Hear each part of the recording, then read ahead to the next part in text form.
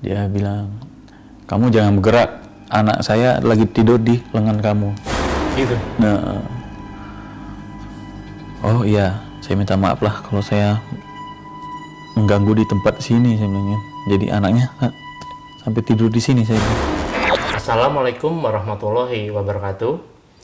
Terima kasih sudah mengklik channel ini. Kembali lagi kita hadir dalam segmen Kemis, Kejadian Mistis.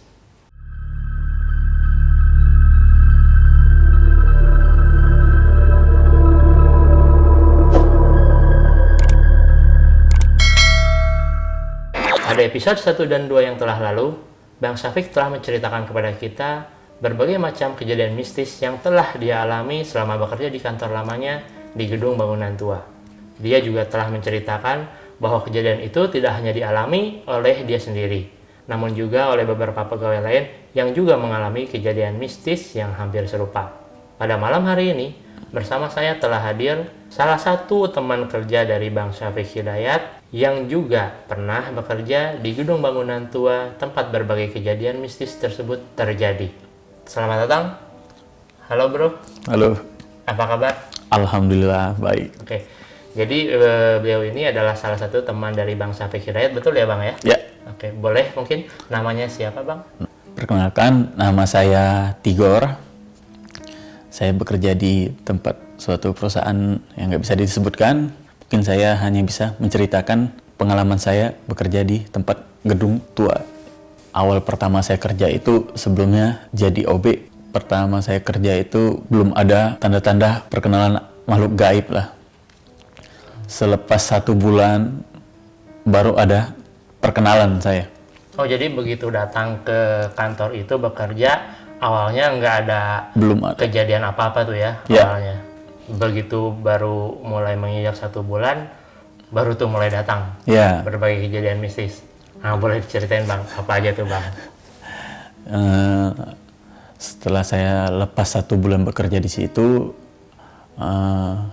ada satu pegawai yang minta tolong ditemankan lembur. Jadi saya pulang kerja itu nggak pulang ke rumah.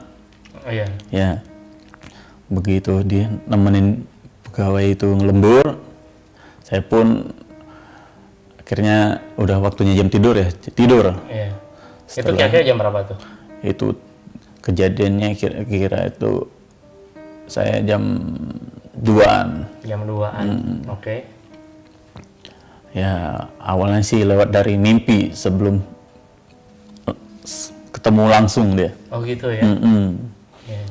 Jadi dalam mimpi itu saya tuh awal pertama ketemu itu kakek-kakek dalam mimpi itu, dia itu marah.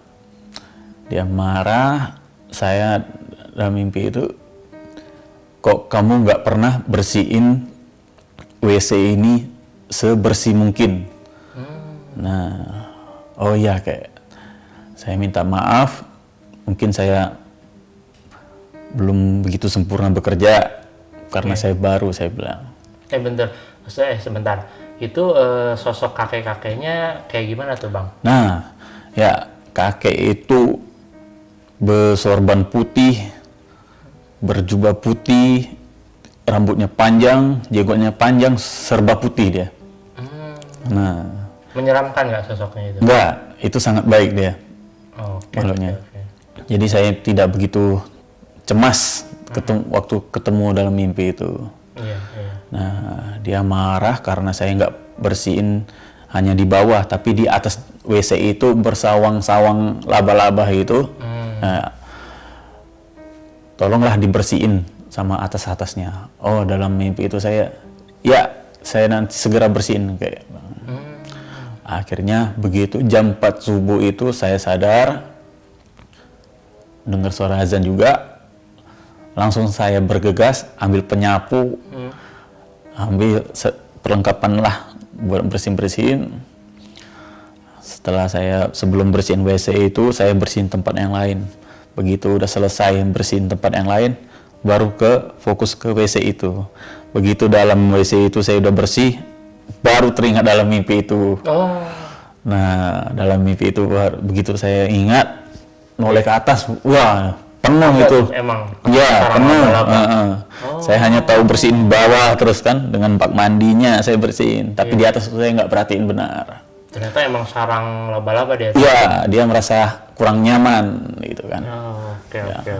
Makhluk halus itu pun perlu tempat yang bersih juga dia. Tidak suka tempat yang kotor lah. Itu Sama juga dengan manusia dia. betul. Berarti itu sosok yang muncul dalam mimpi mungkin kemungkinan besar sosok jin muslim kali ya. Bisa jadi. Ya kan? Soalnya kalau katakanlah kalau jin yang non muslim justru kan itu hobinya di tempat-tempat yang kotor bahkan, Lebih kotor iya lagi. kan? Ya. Tapi kalau jin muslim itu kalau setahu saya gitu emang suka kebersihan kayak kita aja Ya. gimana gitu ya. Akhirnya saya sering nemenin pegawai itu lembur. Akhirnya saya pun sering nginap juga di kantor. Lama-kelamaan saya dikasih tempat buat nginap di situ. Akhirnya saya dapat lagi mimpi. Mimpi itu malah selalu dapat mimpi terus saya dari awal itu. Saya bertemu lagi itu dengan makhluk jin. Jin itu punya anak. Dia itu merasa terganggu juga dengan kehadiran saya tidur di suatu ruangan itu. Di ruangan, salah satu ruangan di kantor itu Iya. ya. Bentar itu sosok jinnya kayak gimana tuh bang? Itu sangat menyeramkan lah, aduh. Oh gitu. Ini. Ya. Hitam-hitam kah? Ya. Berbulu. Hitam. Berbulu sih enggak, cuman dia punya anak itu. Anaknya juga sosoknya Anaknya sama. sangat menyeramkan itu, seorang bayi anaknya itu. Oh gitu. Iya. Saya merasa agak janggal waktu tidur itu, merasa aneh di tangan saya itu. Saya tidur itu melintang tangannya gini satu. Iya. Ya, satu megang guling. Jadi saya akhirnya sadar, sebelum sadar itu masih dalam mimpi itu dia bilang, "Kamu jangan bergerak, anak saya lagi tidur di lengan kamu." Gitu. Nah, oh iya, saya minta maaf lah kalau saya mengganggu di tempat sini, saya bilang. Jadi anaknya sampai tidur di sini, saya bilang. Itu masih di dalam mimpi itu ya? Ya, masih dalam mimpi. Akhirnya saya tuh terasa sadar juga, bangun itu pun nggak bisa langsung bangun, terasa Kram gitu. masih kram, Oh, jadi begitu pas posisi bangun tangan tuh emang masih kayak masih gini, kram ya, melintang gini. melintang. Saya pun nggak bisa ngangkatnya Persis juga. kayak di mimpi. Itu Iya, ya. persis di mimpi. Cuman kalau di mimpi ada sosok yang tidur, Ya, kalau pas bangun emang nggak ada. nggak kelihatan ya. Cuman hanya ada bekas bekam merah di sini. Oh gitu. Iya. Wah, ngeri juga ya. Nah setelah itu gimana tuh bang? Masih banyak sih kejadiannya itu.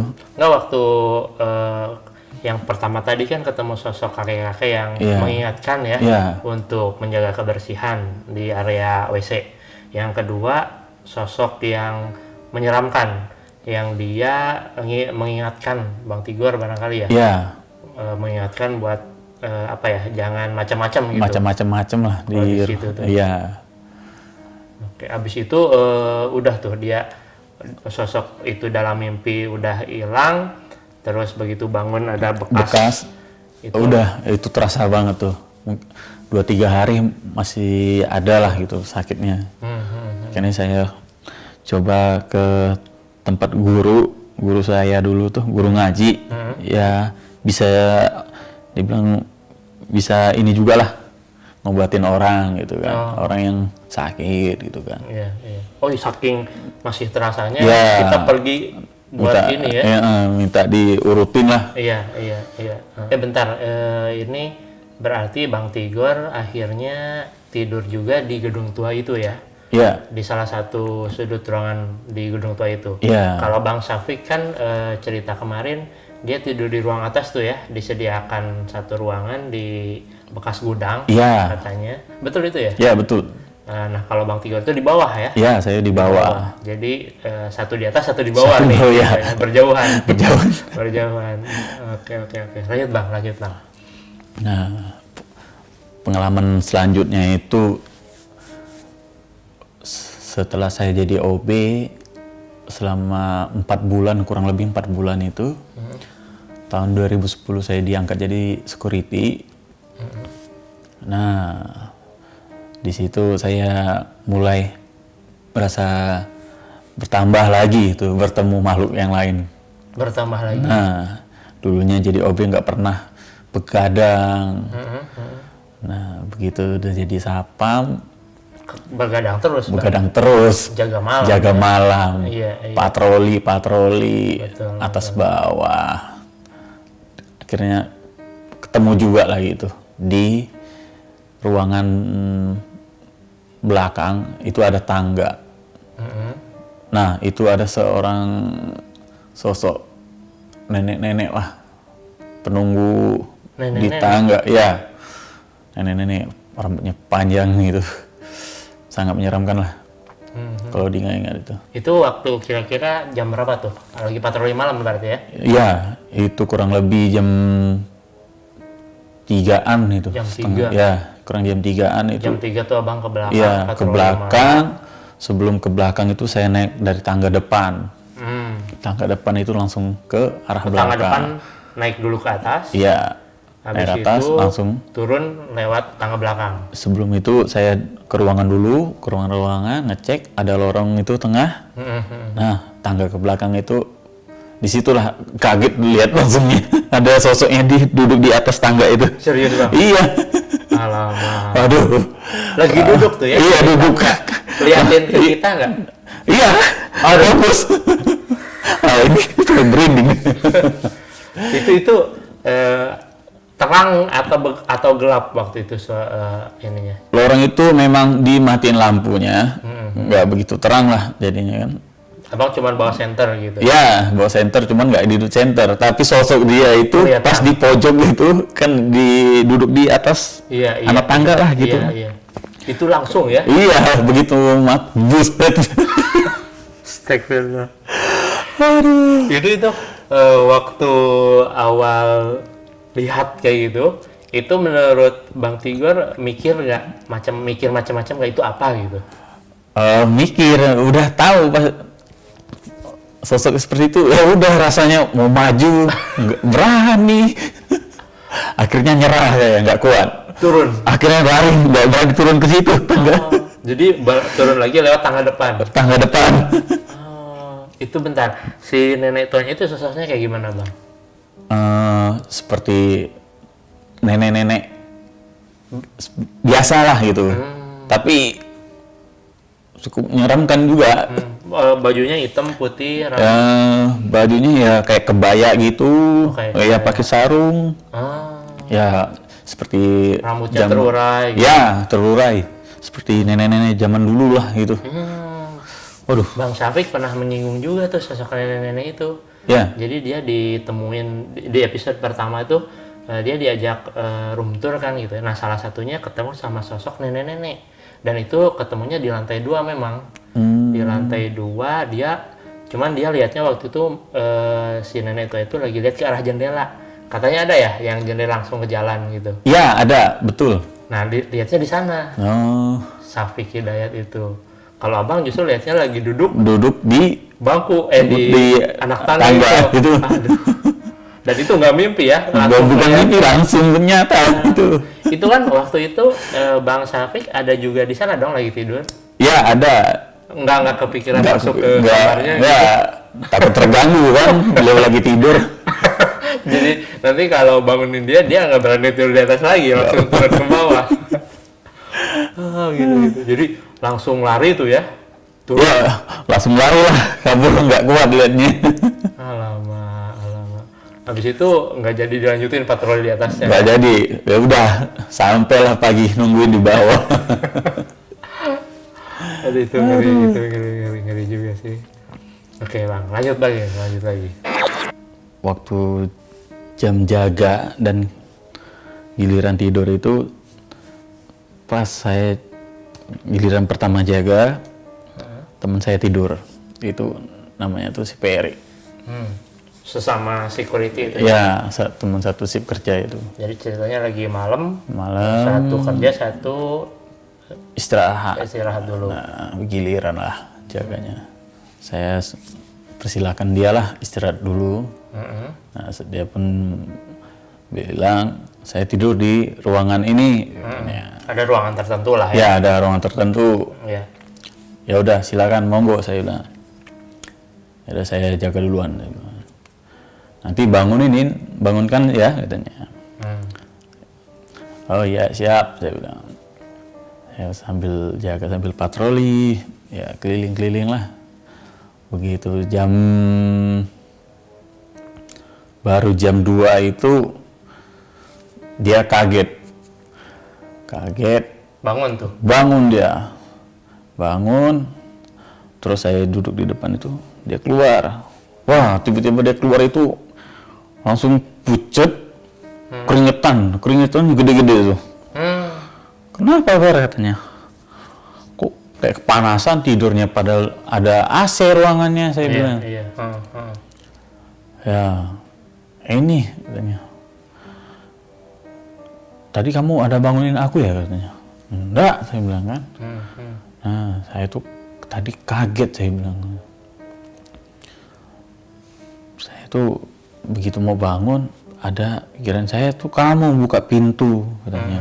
Begitu saya lihat pikiran kamunya buka pintu, bangunin saya, ternyata bukan, katanya.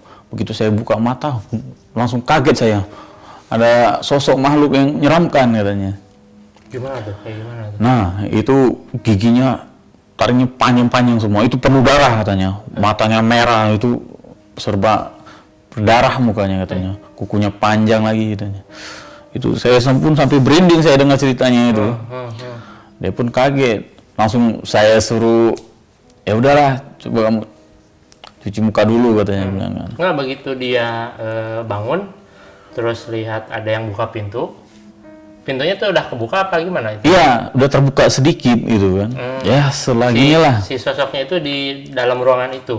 Di luar, sambil buka pintu, katanya. Oh, sambil buka pintu? Iya, dikiranya saya yang buka pintu. Jadi dia itu, sosok itu buka pintu kayak mau masuk ke dalam? Iya, kayak mau bangunin, katanya. Pas dilihat sosoknya kayak gitu? Iya, kaget deh. Langsung lari dia tuh, birit gitu. Langsung saya pun tanyain, itulah. Kok keringetan jagung, mukanya pucat. Iya. Aduh, saya bilang. Terus habis itu dia langsung ngapain tuh? Langsung sholat dia sebentar. Langsung sholat dia langsung. Aduh. Tapi masuk lagi ke ruangan itu? Nggak berani dia. Nggak berani. Abang pun nggak berani kayaknya. Nggak berani. Nggak udah dengar ceritanya dia dari kayak gitu. Tapi nggak, sosok itu dia ada ngomong sesuatu nggak ke Ferry itu? Nggak ada, hanya mengucap astagfirullah. Langsung lari aja? Langsung lari dia. Sosoknya itu kayak mau menerkam? Iya, kayak mau menerkam. Begitu buka langsung nongol gitu. Giginya taring panjang, perlumuran darah. Mata merah, matanya merah, kukunya panjang, hitam gitu. Hitam, ya. Apa itu sosok genderuwo ya? Bisa jadi itu. Soalnya masih waktu episode pertama juga, Bang Safik pun di mimpi dia melihat sosok genderuwo katanya. Tapi dia lihatnya di atas. Di ruang atas, dia lagi kayak berdiri di pojok ruangan katanya. Dan sosoknya percis seperti yang diceritakan Bang Tigor tadi, yang dialami Bang Ferry gitu. Tinggi besar, menyeramkan, ya gitulah katanya. Ternyata ada di bawah juga ya. Ada juga rupanya. Ada di bawah.